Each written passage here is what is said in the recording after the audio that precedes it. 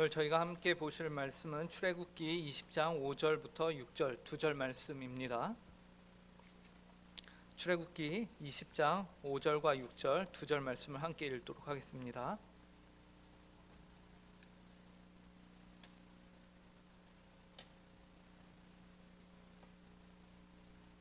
네, 이 시간 하나님의 말씀을 함께 읽도록 하겠습니다. 시작. 그것들에게 절하지 말며 그것들을 섬기지 말라. 나 내 하나님 여호와는 질투하는 하나님인즉 나를 미워하는 자의 죄를 갚되 아버지로부터 아들에게로 3, 4대까지 이르게 하거니와 나를 사랑하고 내 계명을 지키는 자에게는 1000대까지 은혜를 베푸느니라. 아멘. 우리는 지난 시간에 타락한 사람의 본성은 바로 사람의 시조인 아담과 하와의 불순종으로 말미암아 시작이 되었다라는 것을 확인하였습니다. 하나님으로부터 시작하지 않은 이유는 하나님이 사람들을 태초에 창조하셨을 때에 자신의 형상대로 보시기에 심히 좋았더라라는 말이 절로 나올 정도로 사람을 창조하셨기 때문이죠. 하나님에게서는 인간의 타락한 본성의 원인을 그렇기 때문에 찾을 수가 없다라는 것을 저희가 확인을 하였어요. 그리고 그 결과 인간에게는 선을 행할 수 있는 가능성이 있었는데 이제 그것이 사람의 불순종으로 말미암아 그 가능성이 모두 깨어지게 되었다라는 것을 또한 저희가 함께 보았습니다. 그 결과 사람에게는 어떠한 상태가 되었느냐? 사람은 전적으로 타락한 상태였다. 그리고 전적으로 무능력한 상태가 되었다라는 것을 저희가 지난 시간에 봤습니다. 여기서 전적 타락이라고 말하는 것은 이제 아예 선을 행할 수 있는 능력이 없다라는 것이 아니라고 했습니다. 인류는 비록 전적으로 부패하고 타락했지만요, 그들은 자기 안에서 스스로 인류애를 가지고 있었습니다. 그죠? 그래서 불쌍한 사람들을 보면 긍휼히 여길 줄 알고 모든 종교들은 서로 자비를 행하고 어려운 사람들을 도와주라라고 여전히 타락했음에도 사람들은 그렇게 행동했다라는 것을 우리가 봅니다. 그리고 또한 사람들은 스스로 더듬어서 이제 신을 찾기도 했다라는 것이죠. 하지만 그러한 모습에 선을 행하는 것, 신을 찾는 것, 그 모든 것들이 상대적인 선이다라는 것이에요. 그렇기 때문에 절대적인 선을 요구하시는 하나님 앞에서는 비록 그것이 우리끼리는 선해 보일지 모르지만 절대적인 하나님 앞에서는 그 기준에 미치지 못한다라는 것이죠. 그래서 절대적 기준인 하나님 앞에서는 부족할 수밖에 없고 그렇기 때문에 인간은 전적으로 타락하였다라는 것이에요. 결국 인류는 하나님 앞에서 죄를 안 지을 수 없는 존재다라는 것이죠. 그래서 이것을 이해하기 쉽게요, 우리가 수직적으로 수평적으로 봤는데요, 수직적으로는 전적으로 타락했다라는 말이 무슨 말이냐면 아담, 제일 사람의 시조 아담으로부터 수직적으로 모든 인류가 다 죄인이다라는 것이고요, 수평적으로 전적으로 타락했다라는 말은 무엇이냐면 사람의 그리고 이 세상의 모든 피조물과 모든 문화와 모든 것 가운데 그 부패성이, 죄의 부패성이 스며들어가 있다라는 것을 의미한다라고 했습니다. 또한 인간은 전적으로 타락할 뿐만 아니라 전적으로 무능력하다라고 했습니다. 이 말은 무엇이냐면 그렇기 때문에 인간은 그 스스로의 타락한 상태 가운데서 스스로가 노력하여서 힘을 내서 그 상태에서 벗어날 수 없는 존재다라는 것을 의미합니다. 그래서 그 죄와 사망의 문제를 스스로의 힘으로는 해결할 수 없는 존재, 그것이 바로 인류다라는 것을 저희가 지난 시간까지 봤습니다. 그래서 인간의 비참함에 대해서 지난 시간까지 봤고 오늘도 저희가 동일하게 이 인간의 비참함에 대해서 볼 텐데요. 자, 오늘은 이제 하이델베르크 9문부터 11문까지를 저희가 함께 볼 거예요. 자, 먼저 들어가는 질문 2문을 여러분 함께 읽어보도록 하겠습니다. 시작. 당신은 김건모의 핑계를 알고 계신가요? 생뚱맞게 갑자기 웬 김건모인가? 여러분들 김건모의 핑계 알고 계신가요? 많은 분들이 저는 당연히 알 거라고 생각했는데 오늘 저희 교육자 사무실에서 한 분이 굉장히 젊으신 분이 김건모가 누군가요? 라고 질문을 하시더라고요. 그래서 여기서도 세대 차이가 나나 깜짝 놀랐습니다. 예, 여러분 제가 김건모는 아니지만 김건모의 노래를 이 시간 부르면은 여러분들이 시험이 들기 때문에 제가 가사만 읽도록 하겠습니다. 내게 그런 핑계를 대지 마. 입장 바꿔 생각을 해봐. 네가 지금 나라면 넌 웃을 수 있니? 혼자 남는 법을 내게 가르쳐 준다며 농담처럼 진담인 듯 건넨 그 한마디. 안개꽃 한 다발 속에 숨겨진 편지엔 안녕이란 두 글자만 깊게 새겨 있어. 이렇게 쉽게 네가 날 떠날 줄은 몰랐어. 아무런 준비도 없는 내게 슬픈 사랑을 가르쳐 준다며 넌 핑계를 대고 있어. 예, 넌 핑계를 대고 있어. 어떻게 기본적으로 여러분 우리가 생각을 할 때에 핑계라는 것은 누가 하는 것이죠? 예, 뭔가 잘못을 하고 뭔가 마음에 찔림이 있는 사람이 핑계를 대는 것이죠. 그래서 핑계의 사전적 의미를 국립국어원에서 찾아봤는데 이렇게 정의를 합니다. 잘못한 일에 대하여 이리저리 돌려 구차하게 변명하다. 예, 변명하다. 잘못한 일에 대해서 이리저리 구차하게 변명을 하는 것이 바로 핑계예요. 즉 핑계라는 것은 잘못한 사람의 입장에서 변명하는 말로 되풀이하고 말하는 것이 핑계죠. 김건모의 핑계 이 노래 가사에서도요, 헤어진 연인이 그냥 헤어지기는 뭐하니까 뭐라고 말합니까? 너에게 슬픈 사랑을 가르쳐주기 위해서 헤어지는 거야. 여러분 이게 요즘 좀 속된 말로 말입니까 방구입니까? 그죠? 예, 이게 뭐 말도 안 되는 말이죠. 너에게 슬픈 사랑을 가르쳐주기 위해서 내가 지금 널 떠나가는 거야. 실은 무엇입니까? 그냥 싫은 거죠. 그냥 싫은 건데 핑계를 대고 있습니다. 그 핑계를 대면서 헤어지기는 미안하니까 또 이런 말로 변명을 하는 거죠. 그런데 우리는 지난 시간에 인류가 아담과 하와 아래에서 모두 죄인이라는 사실을 확인했습니다. 이 말은 무슨 말이냐면 온 인류는 이제 죄인이다. 뭔가 잘못한 위치에 있다. 이 말은 인류는 뭔가를 핑계를 대고자 하는 그러한 습성과 그러한 위치에 이들이 있다라는 것을 의미하죠. 그래서 오늘 우리는 죄인된 인류가 가지는 대표적인 세 가지의 핑계에 대해서 한번 살펴보고자 합니다. 예, 인류가 구차하게 핑계를 대면서 말하고 있는 세 가지, 그것은 무엇일까요? 자, 인류의 핑계 1번, 첫 번째, 하나님이 부당하신 게 아닌가라는 핑계입니다. 첫 번째 인류의 핑계는 하나님이 너무 부당하신 것 같다라는 핑계예요. 무엇이 부당하냐? 무엇이 부당할까요? 애초에 사람이 지킬 수 없는 율법을 하나님이 사람에게 요구하고 계신 것이 아니냐라는 것입니다. 예. 애초에 사람이 지킬 수 없는 것을 요구하면서 그것을 지키라고 하니까 당연히 못 지키는 거 아니냐. 하나님이 너무나도 부당하다라는 것이에요. 우리가 지난 시간에 사람이 전적으로 부패하고 타락하였기 때문에 전적으로 무능력한 상태라는 것을 봤습니다. 그런데 그런 인간에게 하나님은 우리가 무능력하고 우리가 전적으로 타락한 걸 알면서 어떻게 율법을 지키라고 요구하시지? 라는 거예요. 그래서 이것은 부당하다. 이런 얘기를 들으면 또 몇몇 분들 그렇지. 하나님이 부당하게 우리에게 요구하시네. 너무 빡빡하시네. 이렇게 생각을 하시는 분들도 있진 않겠죠. 예, 저희 가운데 있어서는 안 됩니다. 예, 애초에 율법을 요구하시는 것이 부당하다라는 것이요. 그래서 이 애초에 하나님이 율법을 요구하시는 것이 부당하다. 그렇다면 무엇을 요구하는 것입니까? 두 가지를 요구해요. 첫 번째는 무엇이냐면 율법을 지킬 수 있도록 그 율법의 문턱을 낮춰달라라는 것이에요. 그래서 누구나 이 율법을 지킬 수 있도록 이 율법이 요구하는 것을 우리가 할 수 있을 만큼 율법이 지금은 기준이 너무 높은데 그것을 낮춰달라라는 것이죠. 그래서 예수님은 너희가 마음으로 전심으로 목숨을 다하고 뜻을 다해 이웃을 사랑하라고 했는데 너희가 일주일에 한 번만 이웃을 사랑해라 라던가, 아니면 너희가 하나님을 사랑하라고 했는데 안식일 너희가 거룩히 지키라고 했는데 하지만 1년에 한 몇 번은 우리가 월차를 내고 골프도 치고 나가서 놀 수도 있게끔 좀 율법을 낮춰달라, 그러는 요구를 하고 있는 것이죠. 왜요?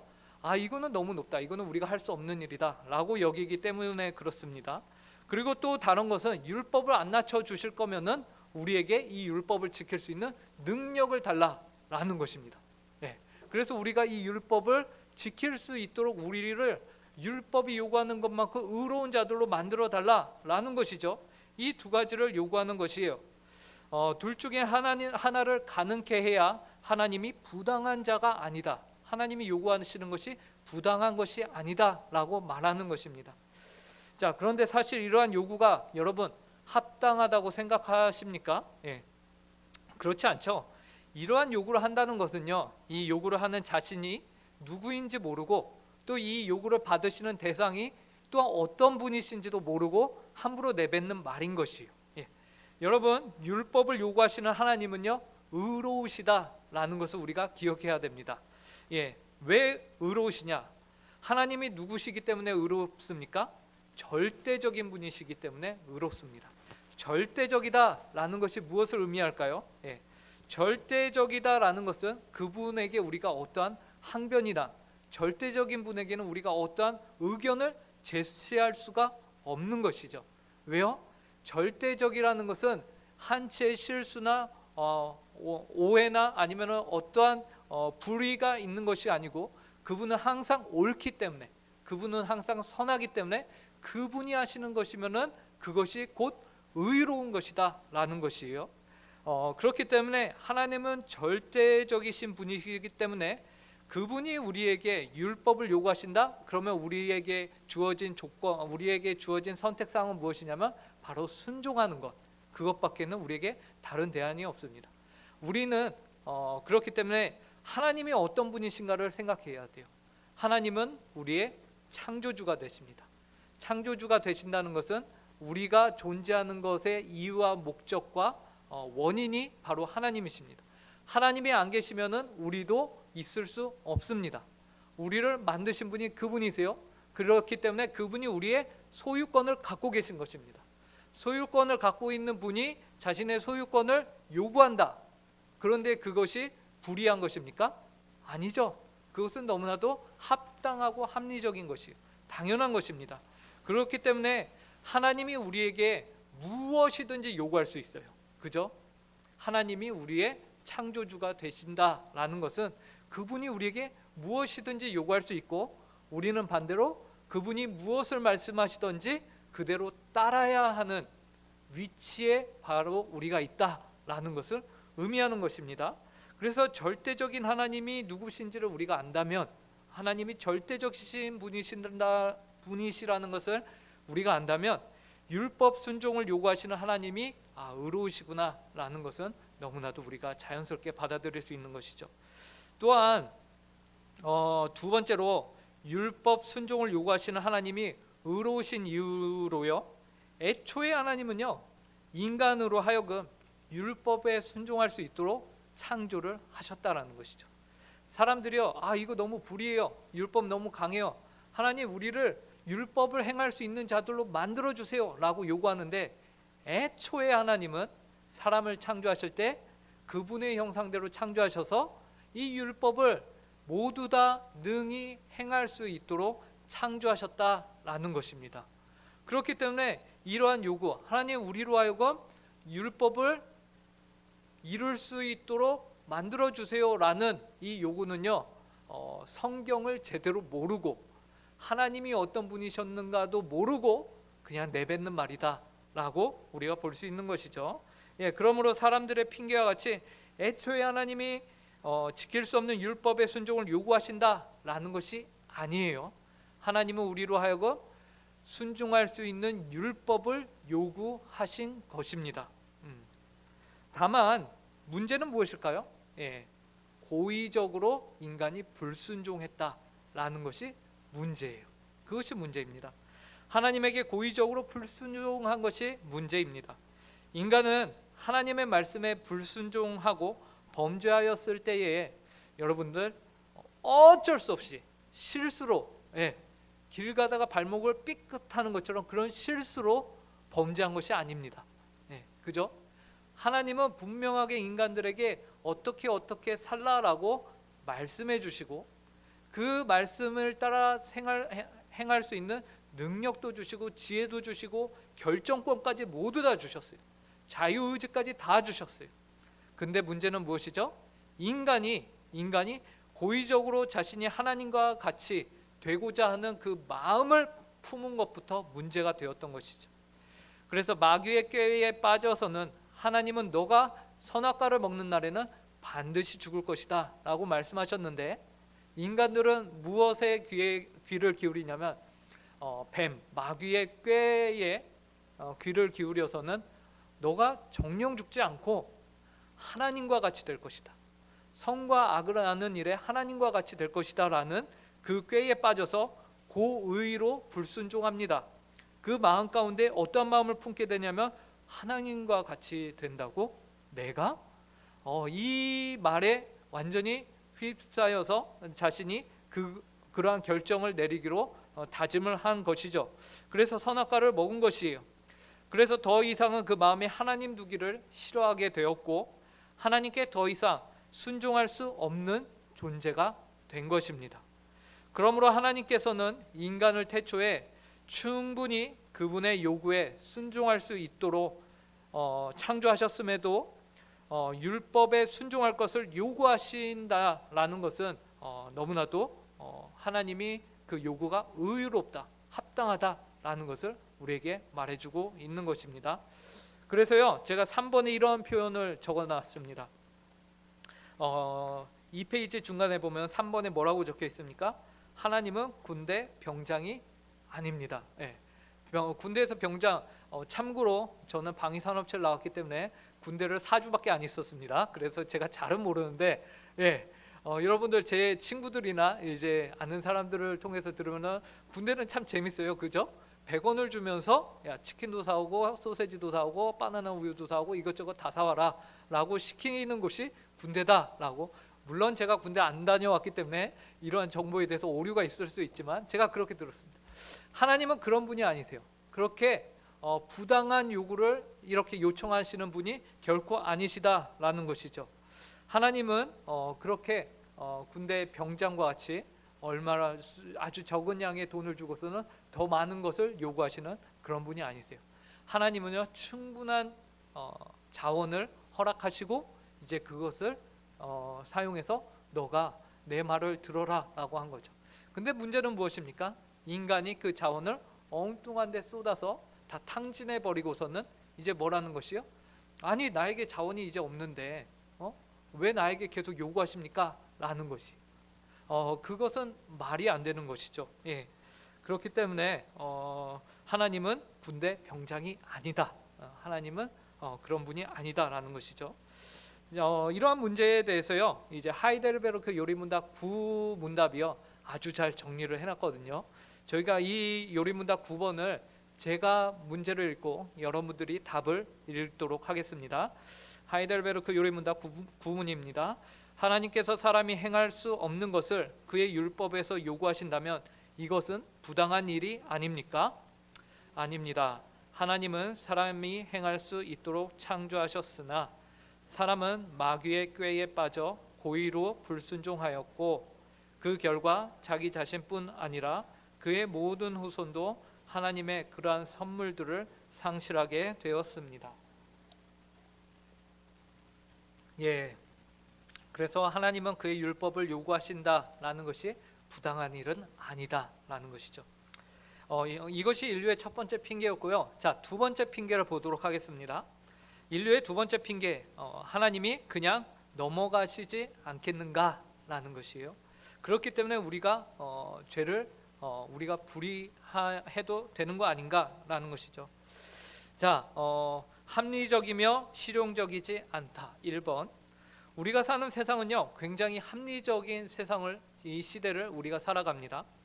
그래서 합리적으로 생각하고 실용적으로 생각해서 더 이득이 되는 것, 더 옳은 것, 나에게 유익이 되는 것, 그것을 뒤도 안 돌아보고 취하는 세대를 지금 우리가 살아가고 있습니다. 그래서 보시면요, 우리에게 불필요하고 상관없는 것 우리는 가차없이 잘라버립니다. 네, 잘라버려요. 나의 시간을 뺏어가는 거 우리는 조금도 허락하지 않습니다. 그 대표적인 예가 무엇입니까? 예, 전화번호 070. 예, 딱 울리면 어떻게 합니까? 뒤도 안 돌아보고 거절. 예, 거절. 왜요?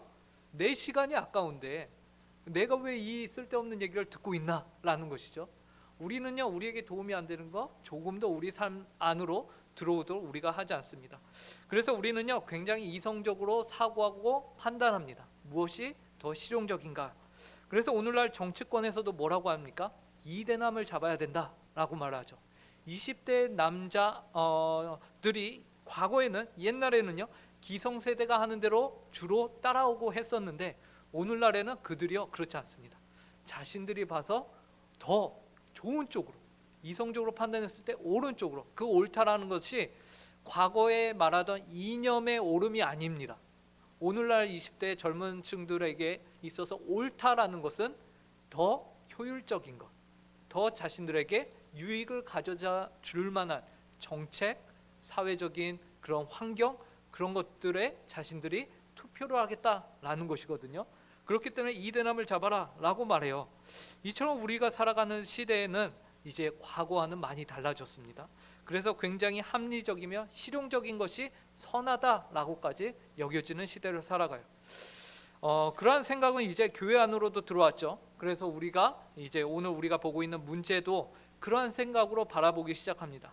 과연 하나님이 이 세상을 다 창조하셨는데 이 창조하신 세상이 비록 이 세상이 아담으로 인해 범죄하여서 그 의가 불의하게 되었다고는 하지만 그렇다고 해서 아직 살만한 이 세상을 다 형벌하고 이 세상을 향해서 하나님이 진노하시는 것이 합당한가라는 것이죠. 아직 이 세상은 살만한데, 아직 이 세상은 우리가 보기에 옳은 것도 많고 좋은 것도 많은데 이것을 향해서 하나님이 다 진노하고 형벌하는 것이 옳은가, 합리적인가, 실용적인가 라고 바라보는 것이죠. 예, 여러분들의 생각은 어떻습니까? 국민 모두가 동일한 죄를 지었다 그랬을 때에 우리 모두가 원하는 것은 무엇이죠? 이 죄를 그냥 없던 걸로 치고 새롭게 제로부터 시작하는 것, 그것을 원하지 않습니까? 이와 같이 온 인류가 죄를 범하였다고 하면은 하나님이 다 같이 그냥 없던 일로 여기시고 새롭게 시작하시면 되는 거 아닌가라는 것입니다. 그리고 또 다른 생각은요, 이런 생각이에요. 말만 저러지 이번에도 그냥 넘어갈 거야 라는 생각이에요. 예. 이 생각이 매번 그랬으니까 여전히 우리가 죄 가운데 있다고는 하지만 여전히 잘 사는 사람들은 잘 살고 여전히 부족함 없이 살고 이런 세상들의 현상을 보면서 우리가 뭘 느낍니까? 아, 때로는 하나님 정말 살아계신가? 이런 것들을 우리가 느끼거든요. 근데 이러한 생각 가운데서 저 사람들, 상대편에 있는 사람들은 뭐라고 생각하겠느냐는 거예요. 나에게는 하나님의 진노나 형벌이 임하진 않을 거야 라고 생각하지 않겠느냐라는 것이죠. 이러한 막연한 기대감 누구나 가지고 있을 수 있는 것이죠. 그런데 과연 이러한 주장과 생각이 여러분들 옳은 것일까요? 이런 주장과 생각으로 인하여서 하나님이 이번에도 그냥 넘어가지 않을까라는 것, 이런 생각이 과연 우리가 가질 수 있는 생각일까요? 우리는 이 문제에 대해서요, 하나님이 어떤 분이신가를 찾아봐야 합니다. 하나님은 어떤 분이신가? 아주 궁극적인 질문과 대답이죠. 여러분, 하나님은 불의를 보시면 그냥 넘어가실 수 있는 분일까요? 아닐까요? 네. 이런 질문에 대해서 여러분들의 생각은 어떻습니까? 하나님은 불의에 대하여 진노하지 아니하심이 오히려 불의입니다. 하나님이요, 만약 불의를 보시고서 그분이 그것을 그냥 넘어가신다면은 그것은 오히려 그분이 불의하다라는 것을 뜻하는 것이, 하나님이 불의에 대해서 진노하지 아니하신다면 그 하나님은 불의예요. 인류를 심판하시는 것이 불의하다고 하지만 인류는 하나님을 향해서 당신이 우리를 심판하는 것이 불의입니다 라고 외치지만 되려 하나님이 그 불의한 세상을 그냥 두시는 것이 불의다라는 것이, 그러므로 우리는 오히려 형벌을 내리시는 하나님을 보면서 뭐라고 외쳐야 하냐면, 이 인류는 뭐라고 바라봐야 되냐면, 하나님의 형벌을 내리심이 의롭습니다 라고 반응하는 것이 옳은 반응인 것이죠. 근데 세상은 그럴까요? 그러기 쉽지 않습니다. 그리고 두 번째, 진노와 벌인데요. 이 진노와 벌이라는 것은 불순종에 대한 하나님의 정당한 반응이다라는 것이. 하나님은 불의한 인류를 향해서요 진노하시고요. 그 진노는 반드시 어떤 결과를 가져오냐면 형벌이라는 구체적인 결과를 가져오게 되어 있습니다. 이것을 인류는 마땅히 알고 두려워할 줄 알아야 해요. 결코 이번에 그냥 넘어가시겠지라던가 혹은 그 형벌이 나에게는 오지 않겠지. 얼마 전에 제가 뉴스를 봤는데 외제 중고차를 샀는데 그 차값보다 수리비가 훨씬 많이 나왔다고 하더라고요. 그래서 그런데 왜 중고차를 이렇게 외제 중고차를 비싼 돈 주고 샀습니까 하니까 그 인터뷰한 사람의 대답이 무엇이냐면 제 차는 안 그럴 줄 알았습니다 라는 것이. 모든 사람들이 다 똑같이 갖고 있는 거죠. 나는 안 그럴 줄 알았는데 근데 정작 안 좋은 일이 나에게 딱 임했을 때 다들 우리가 고백하는 고백 아닙니까? 이처럼 사람들은요 그 안에 핑계를 대고 있습니다. 나에게만은 안 오겠지라는 막연한 핑계 기대감입니다. 그래서 인류가 아무리 괜찮다 외쳐도요 우리는 그러한 외침에 귀를 기울여서는 안 되는 것이죠. 출애굽기 34장 7절을 저희가 함께 읽어보도록 하겠습니다. 함께 읽겠습니다. 시작. 인자를 1000대까지 베풀며 악과 과실과 죄를 용서하리라. 그러나 벌을 면제하지는 아니하고 아버지의 악행을 자손 3, 4대까지 보응하리라. 우리는 잊지 말아야 됩니다. 하나님은요 반드시 그분은 우리가 은혜 아래 하나님의 언약 백성으로 있다 할지라도 하나님은 우리를 징계하시는 일에는 우리를 면제하지 않으신다라는 사실입니다. 여기에서 우리가 이제 생각해봐야 하는 것이 하나님은요 우리에게 향하신 그분의 진노와 형벌은 하나님이 우리를 은혜로 구원하심으로 더 이상 내리지 않으십니다. 그렇기 때문에 우리에게는 형벌은 있지 않아요. 그 형벌이 무엇입니까? 영원한 사망. 그 사망은 우리에게 있잖아요. 하지만 하나님이 그분의 자녀들을 사랑하는 마음에 너가 그렇게 살면 안 되지 하면서 이제 우리를 때로는 치시고 우리를 선한 길로 데려오시기 위해서 그 자녀를 징계하시는 그 징계를 우리에게 내리시는 하나님, 그 하나님을 우리가 잊지 말아야 한다라는 것입니다. 자, 진노하시는 하나님에 대한 오해 3번입니다. 그런데 오늘날 진노하시는 하나님에 대해서요 거부감이 일어나고 그로 인해서 많은 사람들이 이 거부감을 없애야 우리 기독교가 좀 더 세상 가운데 가까이 나아갈 수 있다, 다가갈 수 있고 그들에게 매력 있어 보일 것이다 라는 생각을 가집니다. 그래서 어떻게 하냐면 진노하시는 하나님의 이미지를 약간 바꿔요. 그래서 어떻게 바꾸냐, 하나님을 죄악에 대해서 진노하시는 하나님이 아니라 이 죄악된 세상을 보면서 마음 아파하시는 하나님으로 바꿉니다. 여러분들 많이 들어보셨죠? 하나님이 이 세상을 향하여서 얼마나 마음 아파하시는지 여러분들 아십니까? 라는 거예요. 그러나 여러분, 이러한 식의 표현은요 하나님을 왜곡시키는 표현입니다. 그래서요 잘못하면은요 물론 완전히 틀린 표현은 아니죠. 하나님이 마음 아파하시죠. 하지만 이러한 표현을 강조하다 보면 어떻게 됩니까? 수많은 사람들에게 오해를 불러일으킬 수 있습니다. 그래서 성경이 말씀하고 있는 하나님이 어떤 분이신가에 대해서 오히려 그릇된 지식을 전할 수 있어요. 성경에서는요 하나님은 분명히 100% 죄에 대해서는 진노하시는 하나님으로 말씀하고 있습니다. 로마서 1장 18절을 저희가 함께 읽어보도록 하겠습니다. 함께 읽겠습니다. 시작. 하나님의 진노가 불의로 진리를 막는 사람들의 모든 경건하지 않음과 불의에 대하여 하늘로부터 나타나나니.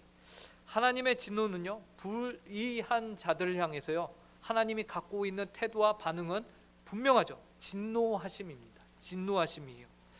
그러므로 우리는 이 시대가 진노하신 하나님의 모습을 왜곡시키며 안타까워하시고 마음 아파하시는 하나님으로 바꾸려고 하는 것에 대해서 경각심을 가져야 합니다.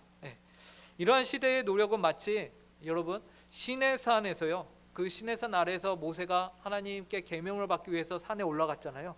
그 사이에 아래에 있던 백성들이 아론을 주축으로 어떤 일을 벌입니까? 금송아지 우상을 만들고서는 그 우상을 향해서 그들이 했던 고백이 있어요. 이 우상이, 이 금송아지가 우리를 애굽에서 탈출시킨 하나님이다, 여호와다 라면서 그들이 그 우상에게 절하고 경배했어요. 그들의 고백에 우리를 여호와 하나님이 어떤 분이시죠? 우리를 출애굽시키신 분은 맞아요. 근데 그 영광을 엉뚱한 자신들만의 우상으로 만들어 갖고 그것에게 돌리는 거거든요. 그러니까 잘못하면은 죄악을 보고서 진노하시는 하나님이 진정한 성경에서 말하는 하나님인데, 그 하나님이 아니라 우리가 좀 더 어떻게 보면 선한 의도라고 할 수 있겠죠. 기독교가 좀 더 세상에 다가가고 하고자 한다는, 하지만 그러한 인간적인 방법이 오히려 성경이 말하고 있는 하나님을 왜곡시키고 변화시킬 수 있다라는 것이죠. 이 부분에 있어서 우리는 경각심을 가져야 합니다.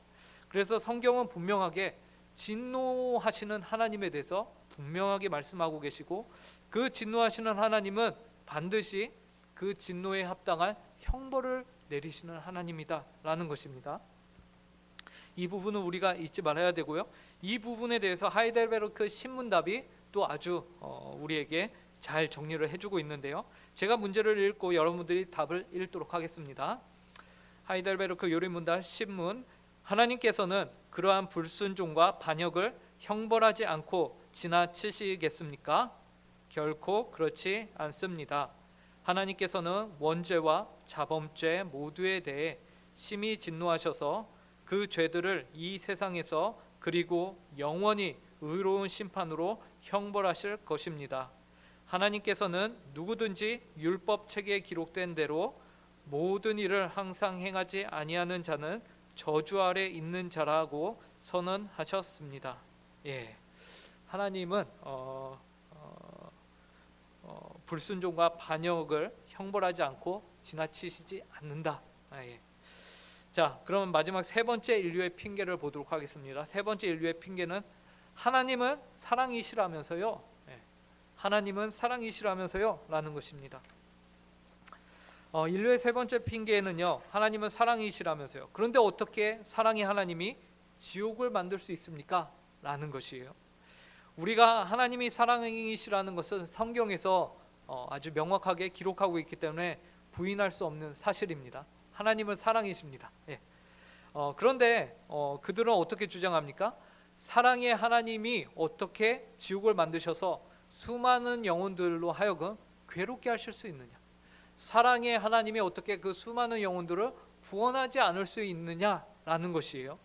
그들로 아프고 괴로운 가운데 영원히 둔다? 이건 말이 안 된다라는 것이에요. 이러한 하나님은 오히려 불의한 자가 아니냐, 불의하신 분이 아니냐라는 것이에요. 그래서 하나님이, 사랑의 하나님이 지옥을 만드셨다고? 그래서 몇몇 사람들이 이렇게 말합니다. 아예 지옥이 없다라고 말해요. 예. 그러면 성경에서 말하고 있는 지옥은 무엇이냐? 그것은 이제 성경에서 왜 지옥을 말하고 있냐면 엄마들이 이제 자녀들을 교육할 때 어떻게 합니까? 겁을 주죠. 예. 너 다리뭉둥이 부러뜨려 버릴 거야 라고 말씀하시고, 실제로 다리뭉둥이 부러뜨려 본 부모가 있을까요? 예, 정상적인 부모라면 아무도 없습니다. 그죠? 그것처럼 겁을 주어서 지옥에 대한 이야기를 넣어서 이들로 하여금 하나님을 경외하고 하나님을 잘 믿도록 하기 위한 거지, 실제 지옥은 없다라는 주장이에요. 예, 어떠셨습니까? 꽤 이렇게 솔깃한 주장인가요? 또 어떤 사람들은요, 지옥은 있어. 근데 그 지옥에 범죄한 영혼들이 죽어서 간 다음에 그 영혼들이 그 지옥에 영원토록 있는 게 아니야. 그럼 뭐라고요? 그곳에서 어느 정도 있다가 고통 가운데서 그들이 멸절된다. 아예 영혼이 사라진다라고 해요. 이걸 영혼 멸절설이라고도 하는데요. 그 영혼들이 사라져서 없어지는 것, 존재하지 않는 것이 된다라는 이유예요. 주장이에요. 왜 그렇습니까? 하나님이 사랑의 하나님이시기 때문에 그 영혼들이 영원히 그곳에 있는 것을 보고 그것을 보고 계속해서 계실 수가 없다라는 것이 어떻습니까? 이것도 꽤 그런가? 정말 사랑의 하나님에 맞는 그런 태도인가? 그런 모습인가? 라고 솔깃한가요? 하지만 여러분, 과연 그럴까요? 우리는요, 이러한 부분에 있어서 우리의 사고의 기준이 필요한데, 그 사고의 기준, 그것을 우리는 무엇으로 삼습니까? 성경이죠. 성경 말씀이 이 문제에 대해서 뭐라고 말하고 있는지 우리는 그것을 집중해서 봐야 합니다. 아무리 우리의 사고가 그런가? 그럴듯한데? 라고 해서 그것을 취해서는 안 되고요. 우리의 신앙의 근본이 되는 성경을 우리가 기초로 생각하고 사고하고 이성적으로 판단해야 된다라는 것이죠. 자, 그럼 성경은 뭐라고 말하고 있는지 한번 보도록 하겠습니다. 자, 성경 마태복음 25장 45절 46절을 저희가 함께 읽어보도록 하겠습니다. 함께 읽겠습니다. 시작. 이에 임금이 대답하여 이르시되 내가 진실로 너희에게 이르노니 이 지극히 작은 자 하나에게 하지 아니한 것이 곧 내게 하지 아니한 것이니라 하시리니 그들은 영벌에 의인들은 영생에 들어가리라 하시니라. 성경에서는요, 분명히 영벌이 존재한다라고 해요. 영벌은 무엇입니까? 영원한 형벌이 존재한다라고 말하고 있습니다. 아니, 사랑의 하나님이 어떻게 이렇게 할 수 있는가? 어떻게 이것이 가능합니까? 사랑의 하나님은 또한 의로우신 하나님이시다라는 것을 우리가 잊어서는 안 되는 것이, 사랑의 하나님은 또한 의로우신 하나님이십니다. 또한요, 예수님이요, 마태복음 18장에서요 뭐라고 말씀하시냐면요, 내 이웃을 내 몸과 같이 사랑하지 않는 자들 향해서 이렇게 예수님께서 마태복음 18장 8절과 9절에서 이렇게 말씀하신대요. 들어보시기 바랍니다. 제가 읽어드리겠습니다. 만일 내 손이나 내 발이 너를 범죄하게 하거든 찍어내버리라. 장애인이나 다리 저는 자로 영생에 들어가는 것이 두 손과 두 발을 가지고 영원한 불에 던져지는 것보다 나으니라. 만일 내 눈이 너를 범죄하게 하거든 빼어내버리라. 한 눈으로 영생에 들어가는 것이 두 눈을 가지고 지옥불에 던져지는 것보다 나으니라. 예수님께서 분명하게 말씀하시기를 지옥불이 있다라고 말씀하시고 그 영원한 불에 너희가 던져지게 되고 그곳에서 영원히 있는 이러한 형벌이 분명히 있다라고 예수님께서 말씀하시거든요. 그러니까 예수님께서 설마 말하고 그거는 과장법이었어 이러실까요? 아니시거든요. 예수님께서 말씀하셨고 그것이 실제로 존재한다라는 것을 우리는 부인할 수가 없는 것이죠. 이처럼 예수님은 분명하게 지옥의 존재와 그 형벌에 대해서 말씀하십니다. 그러므로 하나님은 사랑이시기 때문에 지옥이 없고 영혼이 멸절된다는 것은 성경의 내용과 여러분 정면으로 부딪히는 사상이고 그런 생각들인 것이에요. 그런 주장들이에요. 그렇기 때문에 우리가 받아들일 수 없습니다. 그리고 우리가 또 생각해 봐야 하는 것 중에 하나는요, 바로 하나님의 속성에 대해서 우리가 생각해 봐야 합니다. 하나님의 속성. 하나님의 속성은요, 하나님은 많은 사람들이 오해하는 것이 있는데 의로운 것, 공의와 사랑이 서로 대치되고 상반되고 서로 원수관계처럼 아예 서로 쳐다보지도 않는 것처럼 우리가 많이 생각을 합니다. 공의와 자비, 사랑. 근데 사실요, 이 두 가지는 모두 다 하나님의 성품이고요, 한 하나님 안에 이 두 가지가 다 공존하고 조화를 이루고 있다라는 사실을 여러분 아십니까?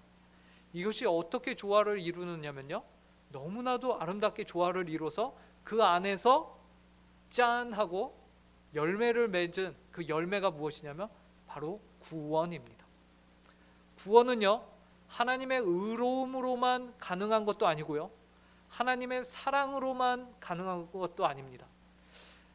우리의 구원의 시작이 어디냐? 바로 하나님의 공의죠.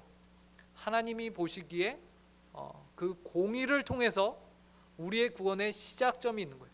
만약에 하나님의 공의가 없다면 구원은 시작조차 할 수 없는 것입니다. 근데 하나님의 공의로 시작한 그 구원이 열매를 맺죠. 그래서 그 열매를 맺어가게 하는 것이 무엇입니까? 바로 하나님의 자비와 사랑입니다. 이 두 가지가 절묘하게 역사 가운데서 절묘하게 두 가지가 결정체를 이뤄서 드러난 것이 있는데 바로 십자가입니다. 이 십자가 아래에 하나님의 공의와 사랑이 공존하고 있다라는 것. 그래서 온 인류를 구원하는 그 구원의 역사가 이루어진다라는 것. 그렇기 때문에요, 하나님의 이 두 가지 속성은요, 그 하나님 안에서 조화를 이루며 역사 가운데서 실현되고 발현되었습니다. 그것이 바로 결정체가 바로 그리스도의 십자가인 것이죠. 그래서 많은 사람들이 하나님의 공의와 하나님의 자비가 어떻게 함께하는가라고 의문시하는데, 실제로 역사 속에서는 이것이 함께하였고요, 우리는 그 열매로 구원을 받게 된 것이죠. 네, 로마서 1장 17절을 저희가 함께 읽어보도록 하겠습니다. 함께 읽겠습니다. 시작. 복음에는 하나님의 의가 나타나서 믿음으로 믿음에 이르게 하나니 기록된 바 오직 의인은 믿음으로 말미암아 살리라 함과 같으니라. 그래서 우리가 믿음으로 말미암아 이 하나님의 공의와 하나님의 사랑 가운데서 구원을 받게 되었다라는 것을 우리가 기억해야 합니다. 이 내용을 이 두 가지 하나님의 성품에 대한 내용을 잘 정리한 것이 하이델베르크 요리문답 11문입니다. 11문을 제가 문제를 읽고 여러분들이 답을 읽어주시기 바랍니다. 그러나 하나님은 또한 자비하신 분이 아닙니까? 하나님은 참으로 자비하신 분이나 동시에 의로우신 분입니다.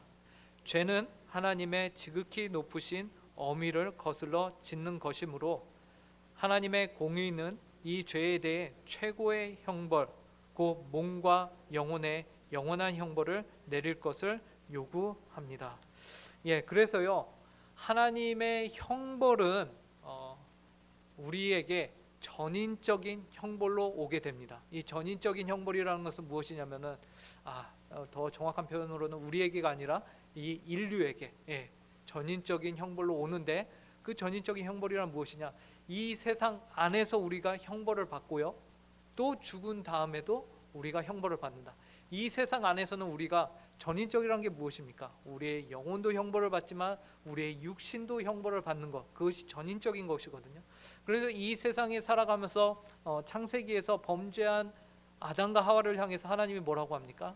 여인들을 향해서는 해산의 고통이 있을 것이고 너희가 남자를 요구하나 원하나 그것을 이루지 못하는 그러한 실상을 하나님이 말씀하시죠. 그것은 더 주도권을 잡아가는 그런 문제도 될 것이고요. 그 다음에 남자들을 향해서 뭐라고 합니까? 너희들 평생 수고로이 땀을 흘려야 이제 노동의 대가를 얻는데 그것 또한 허무하게 될 것이다 라고 말을 하는 것이죠. 그래서 결국에는 모두 다 먼지로 돌아갈 것이다 라고 말을 합니다.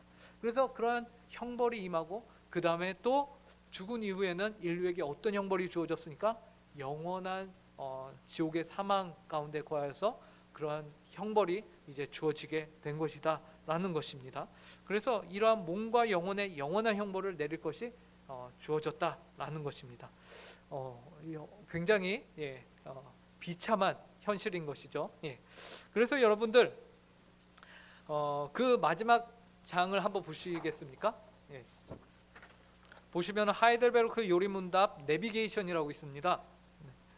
저희가 이제 4주 동안 하이델베르크를 배웠는데요, 이제 첫 주에는 저희가 제일 왼쪽 편의 네모 안에 있는 위로에 대해서 사람의 사는 것과 죽은 것의 유일한 소망은 무엇입니까? 라고 했을 때 내가 나의 것이 아니라 나의 주인 예수 그리스도가 나의 주인 되시는 것이다, 내가 예수 그리스도의 소유가 되는 것이다, 그 위로에 대해서 배웠고, 그 다음에 저희가 4주 동안 배운 것이 이제 일부 비참함에 대해서 배웠습니다. 그래서 저희가 지지난주에는 율법에 대해서, 율법이 우리에게 요구하시는 것이 무엇이냐라는 것을 배웠고요. 그리고 두 번째 주에는 그 율법을 우리가 행할 수 있느냐? 아니, 이룰 수 없다. 그럼 왜 이룰 수 없느냐? 그 이룰 수 없는 원인이 어디서부터 온 거냐? 하나님으로부터 온 거 아니야? 라고 했을 때 아니다, 인류가 범죄함으로부터 시작된 것이다 라고 창조와 타락에 대해서 6문부터 8문까지 저희가 봤습니다. 그리고 오늘 저희가 노란색 표시 있죠? 자동차 그림 있고 공의와 자비에 대해서 저희가 오늘 함께 본 것입니다. 그래서 저희가 이제 1문을 마쳤습니다. 그래서 주제가 비참함. 인류가 얼마나 비참한가. 그래서 사실은 매주 아주 비참한 문제였습니다. 그래서 오늘도 최고의 형벌고 몸과 영혼의 영원한 형벌을 내릴 것이라고 이제 마무리를 하고 있는 것이죠. 자, 그리고요 이제 오늘로 저희가 수요 성경 공부에서 하이델베르크 요리문답 이 1부를 마무리 지었고요. 이제 다음번에 이제 담임 목사님과 함께 수요 성경 공부를 진행을 하시고 그 다음에 이제 다시 제가 여러분들을 찾아뵐 때는 이제 2부로 저희가 들어가서 구원에 대한, 우리가 이렇게 비참한 존재들이라면은 이제 그 비참함에서 이제 우리가 어떻게 구원을 받을 수 있는가, 이 비참함의 문제가 어떻게 해결이 되는가, 드디어 우리가 밝은 내용에 대해서 함께 배울 수 있는 시간이 될 것입니다. 자, 나가는 말을 저희가 함께 읽고 마치도록 하겠습니다. 나가는 말 1번 함께 읽겠습니다. 시작. 죄인의 본성은 하나님 앞에서 계속적으로 이러저러한 핑계를 만들어 하나님의 의와 심판이 너무한 처사라는 생각을 주입시킵니다. 그러나 죄에 대한 하나님의 진노와 심판은 의로우신 하나님의 합당한 모습이십니다. 2번 시작. 죄악된 세상은 하나님의 진노와 심판 앞에 두려워하는 한편 성도는 그 진노와 심판에서 우리를 건지신 그리스도의 공로와 사랑에 대하여 감사하며 자유할 수 있어야 합니다.